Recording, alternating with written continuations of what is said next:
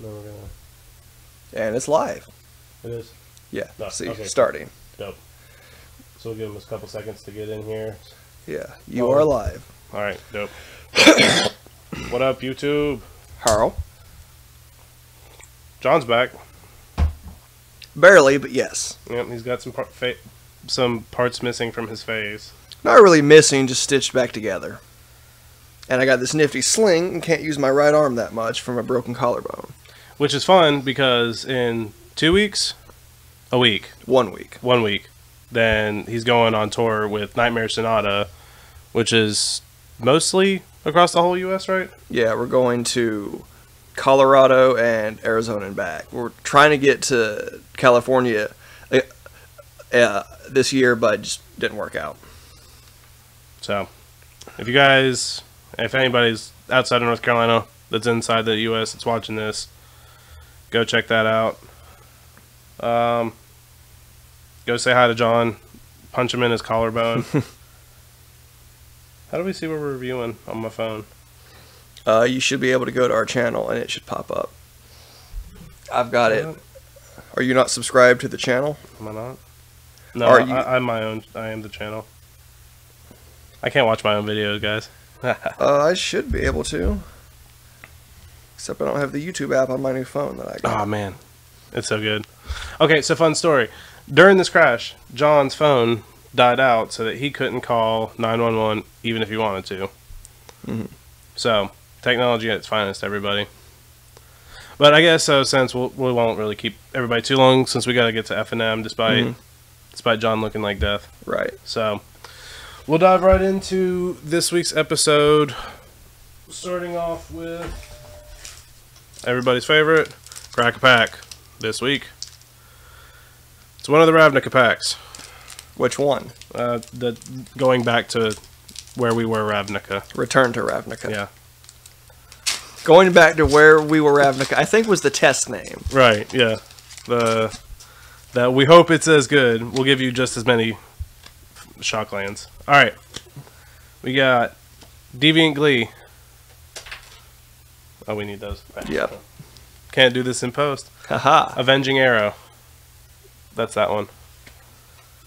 Terra Swarm. Common Bond. Frostburn Weird. We know what card Billy's taking. Asperia's Skywatch. Lobber Crew. Concordia Pegasus. Destroy the Evidence. Metal card. Stonefair Crocodile. Gutter Snipe. That's kind of a good one. Mm-hmm. Selesnya Charm. Syncopate, which I believe is worth $1 or $2 still. Azor's Electrocutors. And then we got a Goblin Token and an Island. Mm-hmm. I like the rare. I really like this as a build around me card. It's not exactly good, but it definitely drives your draft in a certain direction.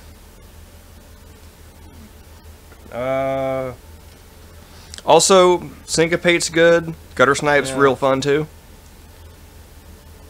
I mean, so I kind of want to take Lobber Crew, like if we're doing like a actual like Return to Ravnica draft, because you know you're gonna get like multicolored stuff, and then he just kind of turns into a machine gun, which I mean I think that's I think just being able to like tap untap and shoot somebody with goblin poop is pretty fun.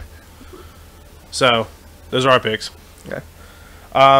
Moving on, as you can tell by the title down below or above or wherever it is you're clicking, we're discussing spoilers.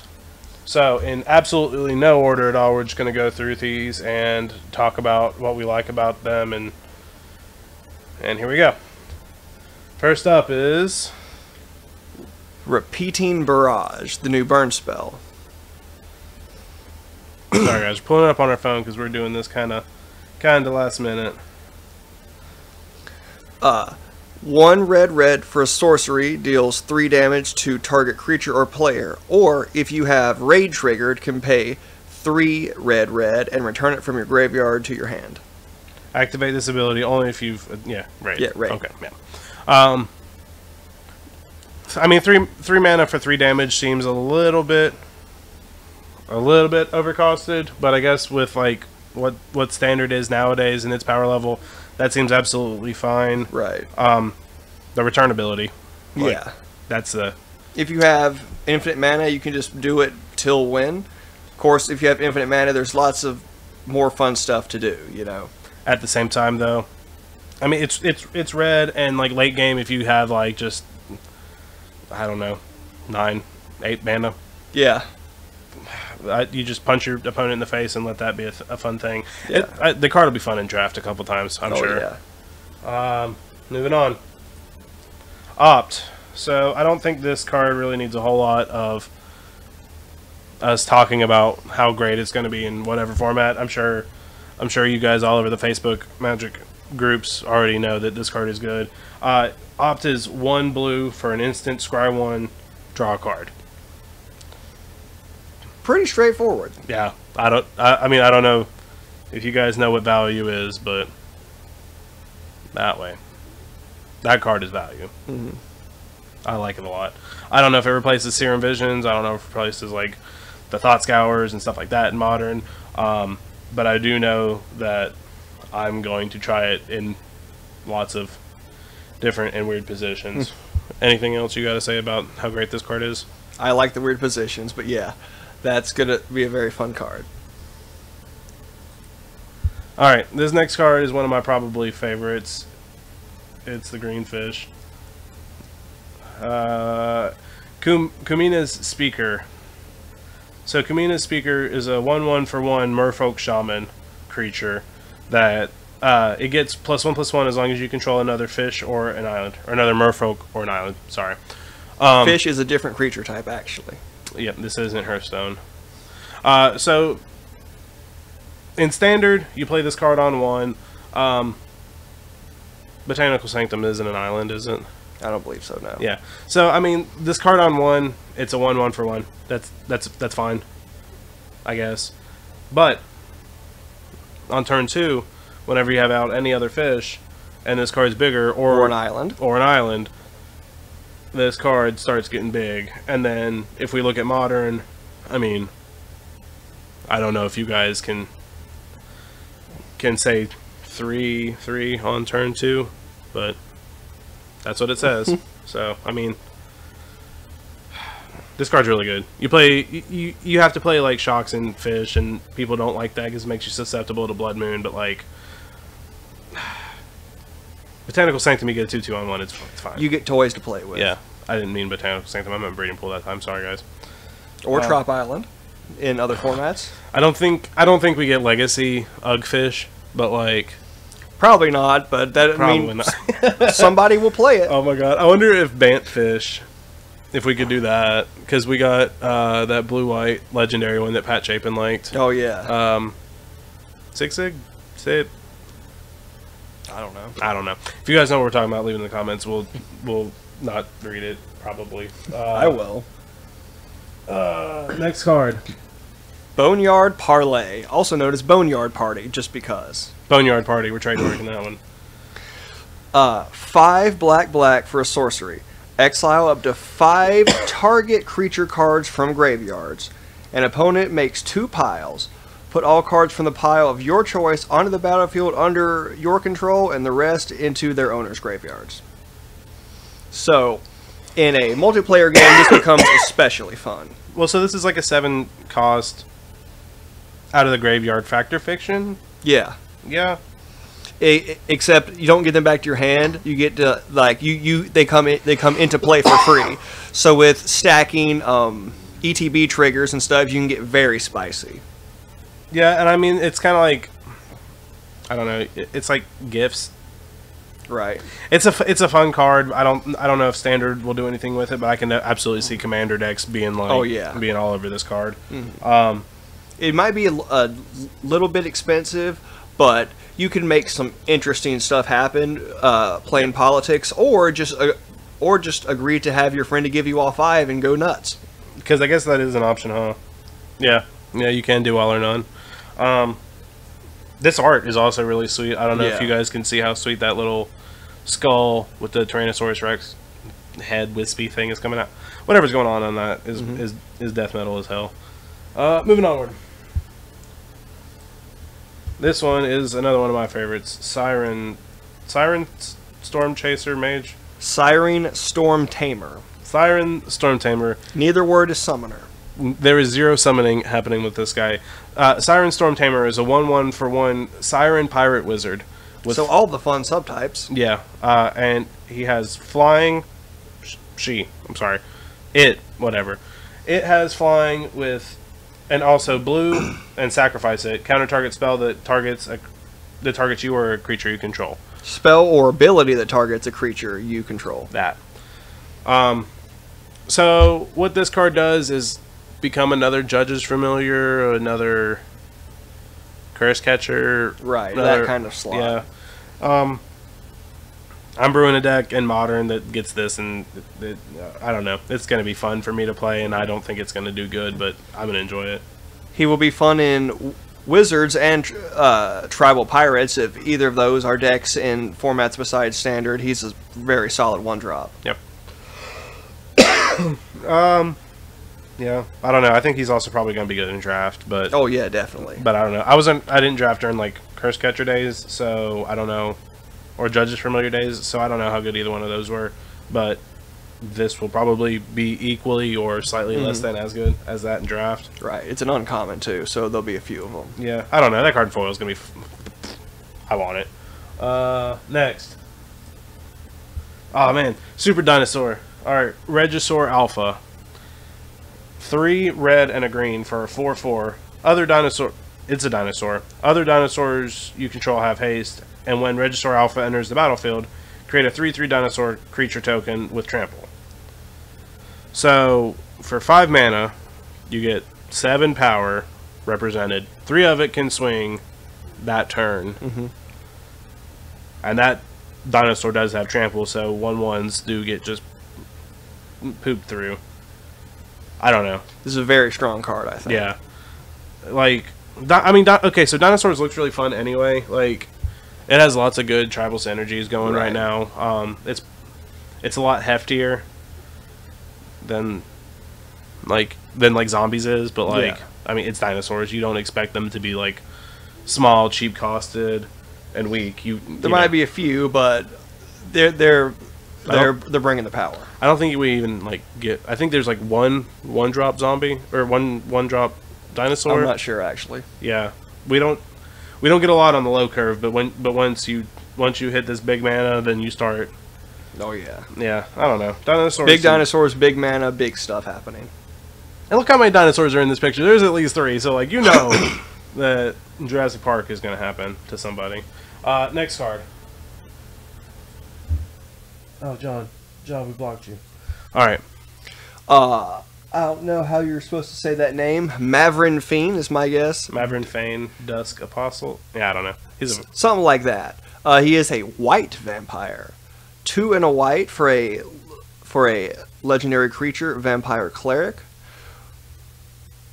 Whenever 1 or more non-token vampires you control attack, create a 1/1 white vampire token with lifelink, and he is a 2/2. They are, whatever. He is, they are. Everything is. So, what he's good for is that every turn you swing and you make a token. Yeah. Right, yeah. Because you don't have to connect with him, so like... Right. He's definitely like really good in draft, I think. Oh, yeah, definitely. Maybe in constructed, like in standard. In some kind of white vampires deck, he seems okay. Just swing with one guy, make a 1/1 with lifelink seems pretty good. And also any deck that runs the Sorin that makes the good vampires. Yeah. You could make a really weird black-white vampire tribal deck. Mm-hmm. And like so I'm completely fine with them branching into white with vampires because like I understand with like the vampire orders and like stuff like that. It makes sense, but like I don't know. It's as a metal Magic player, I don't like it. It's not metal. Oh god, there was white zombies and then now white vampires. Oh no. Yeah. And there was white werewolves too, wasn't there? Maybe? I think. I'm not sure. All right, so we get Opt, which is a super good blue card. We get that back in like standard modern. Mm-hmm. We get lots of like really good like blue counter spells, but they're taking the metalness out, which is, if you watched our last episode that was like 2 weeks ago, you know that I like my metal magic. So careful, wizards. The metal's coming for you. What's next?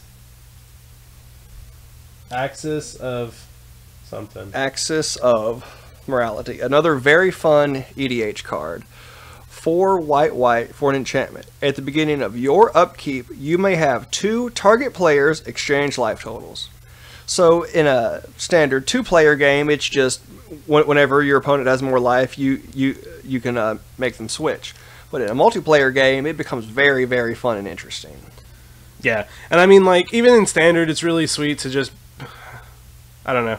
So you get beat up on a whole bunch, and then you're just like, all right, whoop, and then try again, and then you really have to land a couple hits on them, and then, I don't know. It's very, what's that fighting style? Not feng It's shui. very, what's that fighting style? Feng Shui is not the fighting style right. you were thinking It's of. not. It's a very good card. I like it. It's very interesting to play out. See how it goes. It will bring some interesting interactions. Yeah, and EDH players, I think you guys want to buy up all the foilies of these that you can before they hit a whopping $7. Revel enriches. Revel enriches.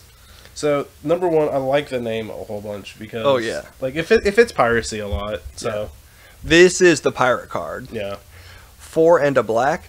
Whenever a creature an opponent controls dies, may make a treasure. At the beginning of your upkeep, if you control 10 or more treasures, you win the game. You hoard all the treasure and you win. Actually, I haven't read this card. Oh, really? So, yeah. So like, you hoard all the treasure, you win the game. So never mind. I was gonna build like blue white or like Esper control, but like I think I just want to build Esper treasures now. This card is so fun. I don't care how good this card actually ends up being. I like it. It's kind of my thoughts. Yeah, like I just want to like. Okay, so this is what was that card that I played in Standard when it was in Fate Reforged? Soulflayer?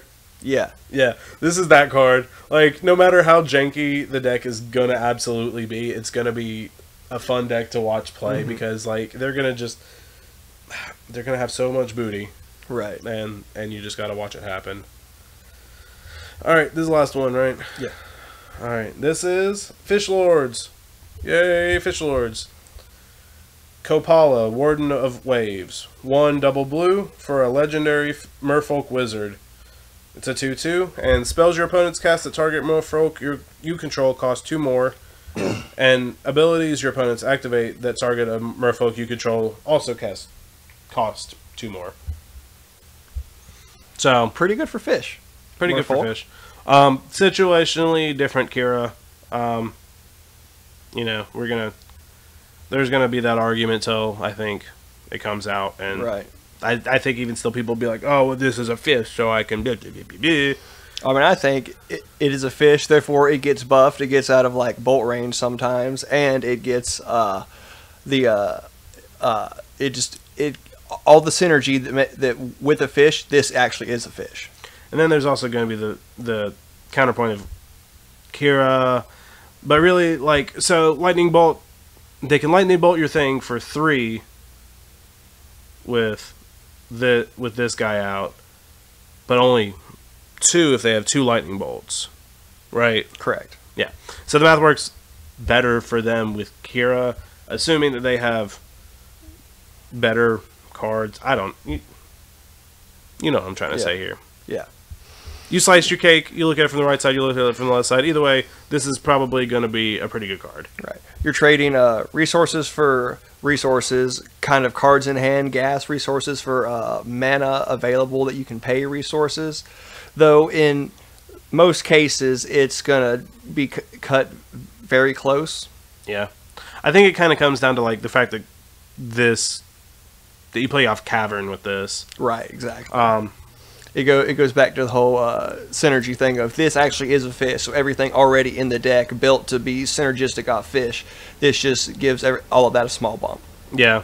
But I mean, there's like other, with green fish coming out, like there's always this option of new things where you don't even want to play the big proofy lords. I don't know. I'm not the fish player that everybody else is, that the internet thinks they are. So I don't know. I like this card a lot. I think it could replace Kira. I think it probably will replace Kira in a lot of people's decks after at least 1 or 2 major tournaments. Right. I think foils of this might be kind of expensive in about a year. Yeah. If you don't already have these pre-ordered, especially in foil, you probably want to go ahead and try to do that now. These, the Karametras, nope, not Karametras. The green one? Kumena's Speaker. That one in foil, you probably want to go and pick those up for modern people. Figure that out. You can say thank you, Dunk Tank, if you see me. Give me an autograph of them. They'll be worth like a whole 50 cents less because I destructed them. So, I don't know. So, I guess that was our predictions for Ixalan. Yes. That is what the set's called. Yep, due to release next week is the pre-release, so it comes out in 2 weeks. Yep. So, hope you guys like this video. Comment up. Let us know what you think about our thoughts on how great that Regisaur is, and how much fun you're gonna have playing the all the booty card. Vampires and merfolk and dinosaurs and zombies, oh my. And pirates, or whichever one I didn't say correctly. Yeah, I don't know. Sirens. That's the important one, guys. Remember, sirens are a big thing. And also, WON/WON, the deck 1-1. Be ready to see that put up some results somewhere, because I swear to Jesus it's going to do it. So with that, this has been the Dunk Tank. And I'm Billy. I'm Vega. And see you guys next time.